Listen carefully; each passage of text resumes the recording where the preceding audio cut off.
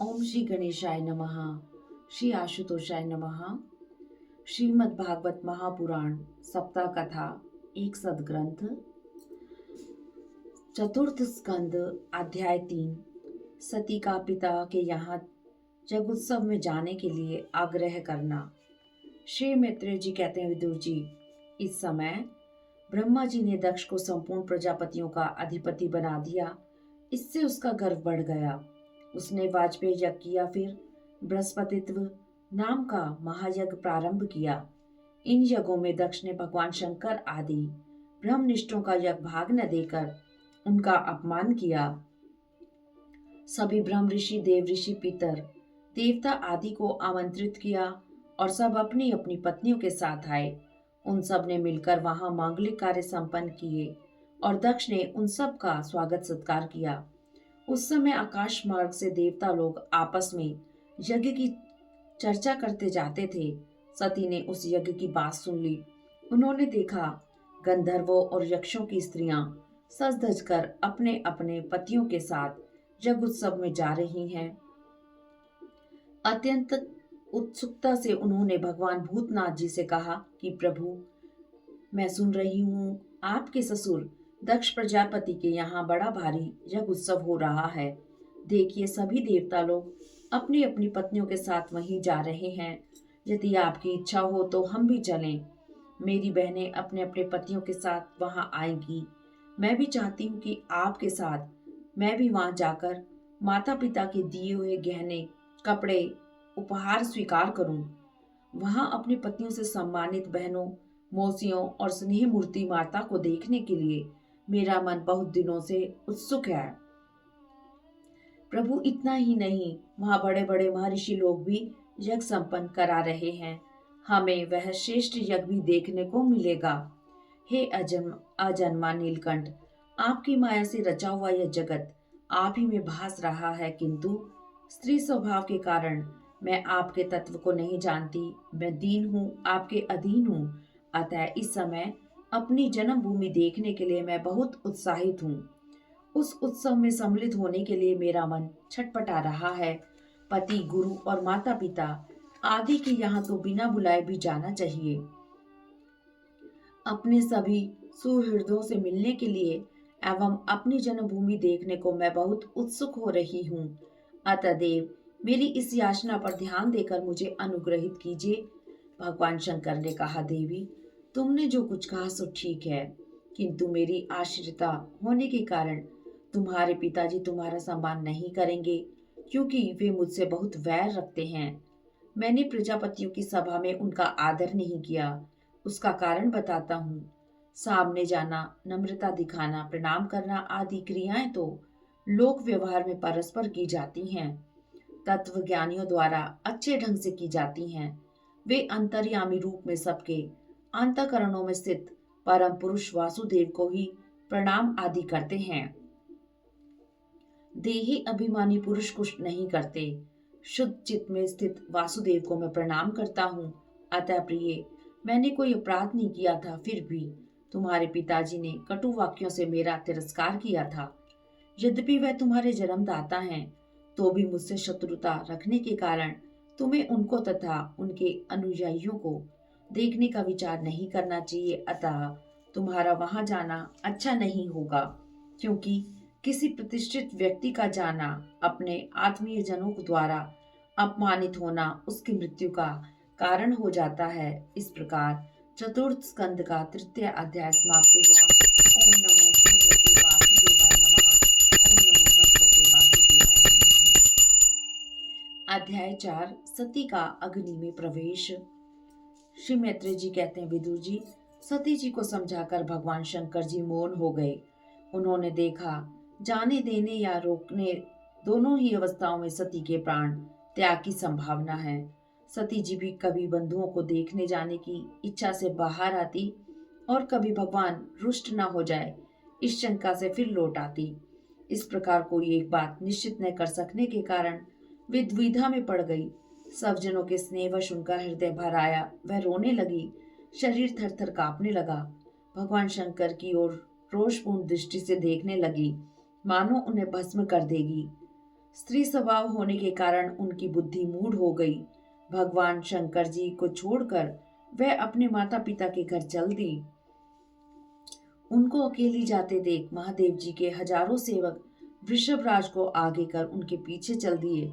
उन्होंने सती जी को पैर बैल पर सवार करा दिया। सती अपने समस्त सेवकों के साथ दक्ष की यज्ञशाला में पहुंची। उन्होंने देखा वहां वेद ध्वनि करते हुए ब्राह्मणों में होड़ लग रही थी कि सबसे ऊंचे स्वर में कौन बोले। दक्ष ने सती की अवहेलना की। माता और बहनों के सिवा उनका आदर किसी ने नहीं किया। सती जी ने पिता से अपमानित होने के कारण बहनों के प्रेमपूर्ण वार्तालाप तथा माता और मौसियों के दिए हुए उपहार को स्वीकार नहीं किया। सती जी ने यह भी देखा कि यज्ञ में भगवान शंकर जी के लिए कोई भाग नहीं दिया गया है। इससे उन्हें बड़ा क्रोध हुआ। दक्ष को कर्म मार्ग के अभ्यास से बहुत घमंड हो गया था। भगवान शंकर के गण दक्ष प्रजापति को मारने के लिए तैयार हुए, किंतु सती जी ने उन्हें रोक दिया।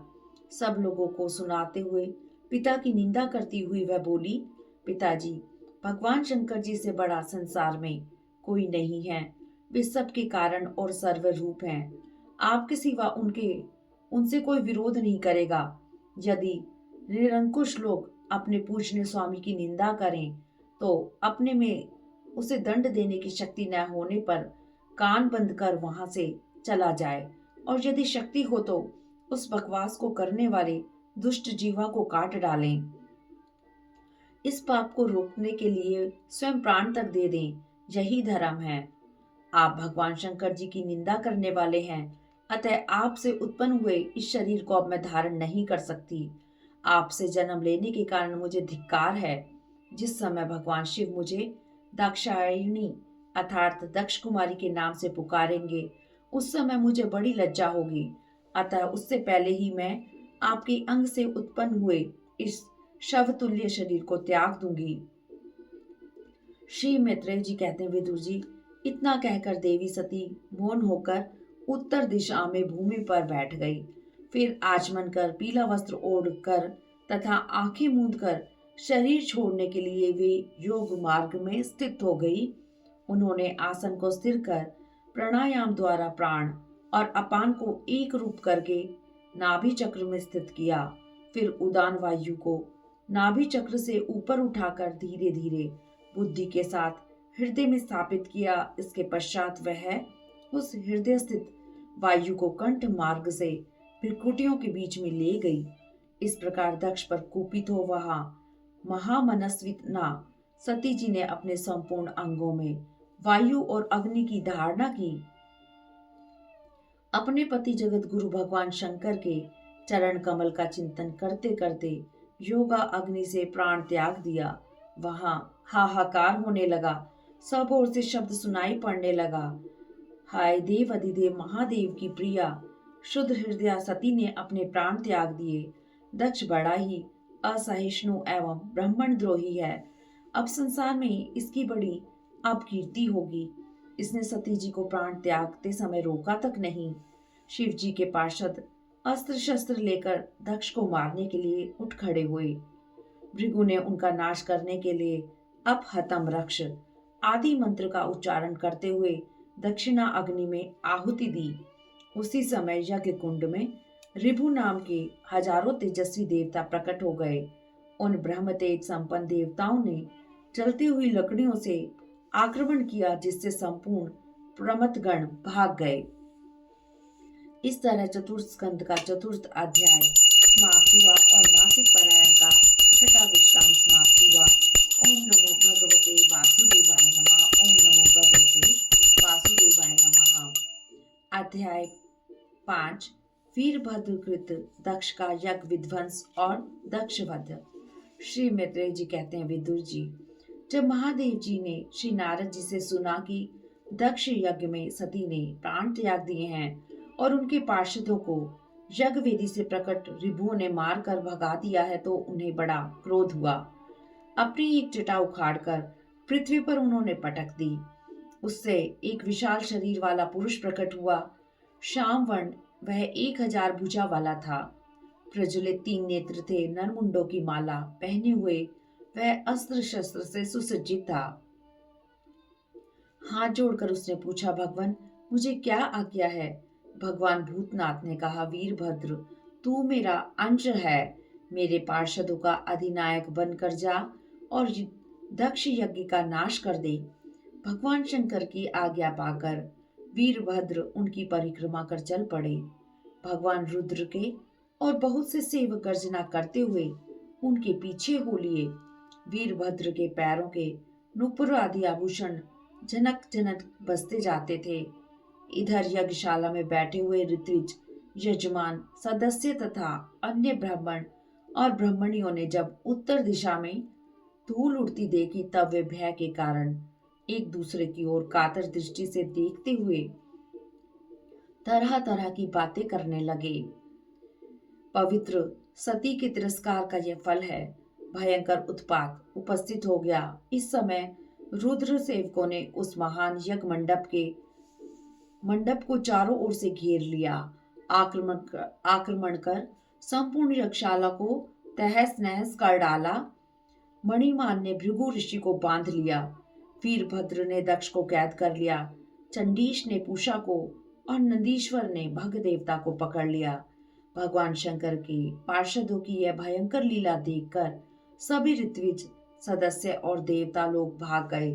भृगु जी ने मूंछ ऐंठते हुए प्रजापति की सभा में महादेव जी का उपास किया। अतः वीरभद्र ने उसकी दाढ़ी मूंछ नोच ली। जब देव सभा में दक्ष महादेव जी को शाप दे रहे थे, उस समय भग देवता ने सैन देकर उकसाया था, इसलिए वीरभद्र ने उनको पृथ्वी पर पटक दिया और उनकी आंखें निकाल ली। दक्ष जब महादेव जी को गालियां दे रहे थे, उस समय पूसा दास दिखाकर हंस रहे थे। अतः वीरभद्र ने उनके दांत तोड़ दिए। श्री मित्र जी कहते हैं, विदुर जी, वीरभद्र जी दक्ष की छाती पर बैठकर एक तेज तलवार से उसका सिर काटने लगे, किंतु बहुत प्रयास करने पर भी उनका सिर काट नहीं सके। यज्ञ में दीक्षित होने से दक्ष का शरीर व्रज के समान हो गया था। वीरभद्र जी को बड़ा आश्चर्य हुआ। तब उन्होंने यज्ञ मंडप में यज्ञ पशुओं को जिस प्रकार मारा जाता था, उसे देखकर उसी प्रकार दक्ष रूप उस यजमान पशु का सिर धड़ से अलग कर दिया। यह देखकर भूत प्रेत और पिशाच आदि आनंद मग्न होकर वाह वाह करने लगे और दक्ष के दल वालों में हाहाकार मच गया। वीरभद्र जी दक्ष के सिर को यज्ञ की दक्षिणा अग्नि में डालकर यज्ञशाला में आग लगाकर कैलाश पर्वत को लौट गए। इस प्रकार चतुर्थ स्कंद का पंचम अध्याय समाप्त हुआ। ओम नमो भगवते वासुदेवाय नमः। ओम नमो भगवते वासुदेवाय नमः। अध्याय 6। ब्रह्मा आदि देवताओं का कैलाश जाकर महादेव जी को मनाना। श्री मैत्रेय जी कहते हैं, विदुर जी, श्री ब्रह्मा जी एवं श्री नारायण जी पहले से ही इस भावी उत्पात को जानते थे। इसी से वे दक्ष के यज्ञ में नहीं गए। जब रुद्र के सेवकों ने समस्त देवताओं को हरा दिया, तब वे ऋत्विज एवं सदस्यों के साथ ब्रह्मा जी के पास पहुंचे और प्रणाम करके उन्हें सारा वृतांत कह सुनाया। सारी बात सुनकर श्री ब्रह्मा जी ने कहा, देवताओं, तुम लोगों ने यज्ञ में भगवान शंकर का प्राप्य भाग न देकर बड़ा भारी अपराध किया है, किंतु शंकर जी शीघ्र प्रसन्न होने वाले हैं। अतः तुम लोग शुद्ध हृदय से उनके पैर पकड़कर उन्हें प्रसन्न करो, उनसे क्षमा मांगो। इस प्रकार कहकर श्री ब्रह्मा जी सबको साथ लेकर शंकर के प्रिय धाम कैलाश को गए। अनेकों प्रकार के सुरमय वृक्षों से सुशोभित सिद्ध देवता, किन्नर, गंधर्व एवं अप्सरा आदि से युक्त अनेकों पशु पक्षियों से सुशोभित सुंदर पवित्र जल से भरे हुए सरोवर से युक्त कैलाश शिखर पर वे सभी पहुंच गए। उनके चारों ओर नंदा नदी बहती है, जिसका पवित्र जल देवी सती के स्नान कराने से और भी पवित्र और सुगंधित हो गया है। वहां उन्होंने अलकापुरी को देखा। उस नगर के बाहर की ओर नंदा और अलकनंदा नाम की 2 नदियां बहती हैं। वे श्री हरि के चरण रज के संयोग से अति पवित्र हो गई हैं। यक्षराज कुबेर की राजधानी अलकापुरी को पीछे छोड़कर देवगण सुगंधित वन में गए। वह वन रंग बिरंगे फल फूल और पत्तों वाले अनेकों कल्प वृक्ष से सुशोभित था। उसमें भांति भांति के पक्षी कलरव एवं भोरे गुंजार कर रहे थे। अनेकों सरोवर कमल पुष्पों से सुशोभित थे। जंगली हाथियों के शरीर की रगड़ से घिसे हुए हरिचंदन वृक्षों को स्पर्श करके चलने वाली सुगंधित वायु के द्वारा वह वन सुगंधित हो रहा था। उस सुगंध से यक्ष पत्नियों का मन आंदोलित हो रहा था। बावलियों की सीढ़ियां वैदुर्य नली मणि की बनी हुई थी। उसमें बहुत से कमल खिले हुए थे। वहां अनेकों किमपुरुष आनंद कर रहे थे। श्री मैत्री जी कहते हैं, विदुर जी, इस प्रकार उस वन की शोभा को देखते हुए देवगण जब कुछ आगे बढ़े तब उन्हें एक वट वृक्ष दिखाई दिया। 75 योजन तक फैली हुई शाखा वाला वह वट वृक्ष 100 योजन ऊंचा था। उस महायोग में और मुमुक्षुओं के आश्रयभूत वृक्ष के नीचे देवताओं ने भगवान शंकर को विराजमान देखा। सनंदन आदि संतगण यक्षराज कुबेर जी उनकी सेवा कर रहे थे। अनेकों साधु श्रोताओं के बाद और बीच में नारद जी के पूछने से सनातन ब्रह्म का उपदेश कर रहे थे। लोकपालों के सहित समस्त मुनियों ने भगवान शंकर जी को हाथ जोड़कर प्रणाम किया। श्री महादेव जी श्री ब्रह्मा जी को अपने स्थान पर आया देखकर तुरंत खड़े हो गए और उन्हें सिर झुकाकर प्रणाम किया। अन्य अन्य सिद्धगणों ने भी ब्रह्मा जी को प्रणाम किया। सबके नमस्कार कर चुकने पर श्री ब्रह्मा जी ने महादेव जी से कहा, प्रभु, कर्म मार्ग में आसक्त पुरुष से यदि अपराध बन जाए तो भी उन पर आपको कृपा ही करनी चाहिए। आप सबके मूल हैं। इस देव यज्ञ के बुद्धिहीन याचकों ने आपको यज्ञ भाग नहीं दिया, इसी से आपने इसका विध्वंस कर दिया। अब आप इस यज्ञ का पुनर्उद्धार करने की कृपा करें। यजमान दक्ष को पुनर्जीवित करें। भग देवता को नेत्र दे दें। भृगु जी को दाढ़ी मूछ आ जाए और पूषा को पहले की तरह दांत निकल आए। जिन देवताओं और ऋत्विजों के अंग प्रत्यंग घायल हो गए हैं, आपकी कृपा से वे फिर ठीक हो जाएं। यज्ञ संपूर्ण होने पर जो कुछ शेष रहे वह सब आपका भाग होगा। हे प्रभु, यह यज्ञ आपके ही भाग से पूर्ण हो। इस तरह चतुर्थ स्कंद का 6वां अध्याय समाप्त हुआ। ओम नमो भगवते वासुदेवाय नमः। ओम नमो भगवते वासुदेवाय नमः। अध्याय 7, दक्ष यज्ञ की पूर्ति। श्री मित्र जी कहते हैं, विदुर जी, श्री ब्रह्मा जी के द्वारा प्रार्थना करने पर भगवान शंकर ने प्रसन्नता पूर्वक कहा, ब्राह्मण, दक्ष प्रजापति का सिर जल गया है, अतः उनके बकरे का सिर लगा दिया जाए। भगदेव मित्र देवता के नेत्रों से अपना यज्ञ भाग देखें। पूसा पिसा हुआ अन्न भक्षण करें। वे उसे यजमान के दांतों से खाएं। अन्य सब देवताओं के अंग प्रत्यंग भी स्वस्थ हो जाएं, क्योंकि उन्होंने यज्ञ से बचे हुए पदार्थों को मेरा भाग निश्चित किया है। अधर्वयु आदि यज्ञिकों में से जिनकी भुजाएं टूट गई हैं, वे अश्वनी कुमार की भुजाओं से, और जिनके हाथ नष्ट हो गए हैं वे पूसा के हाथों से काम करें तथा भृगु जी के बकरे की सी दाढ़ी मूछ हो जाए। इस प्रकार भगवान शंकर जी के वचन सुनकर सब लोग धन्य धन्य कहते हुए महादेव जी से दक्ष की यज्ञशाला में पधारने की प्रार्थना की। तब वे उन्हें तथा श्री ब्रह्मा जी को साथ लेकर वहां गए। वहां जैसा जैसा भगवान शंकर जी ने कहा था उसी प्रकार सब कार्य करके दक्ष के धड़ से यज्ञ पशु का सिर जोड़ दिया। रुद्रदेव की दृष्टि पड़ते ही दक्ष सोकर जागने के समान जी उठे। दक्ष का कलुषित हृदय शिव का दर्शन करने से निर्मल हो गया। भगवान शिव की उन्होंने स्तुति की। भगवान, मैं आपके तत्व को नहीं जानता था, इसी से मैंने भरी सभा में आपको और अपने वाग्वाणों से बेधा था, किंतु आपने मेरे उस अपराध का कोई विचार नहीं किया।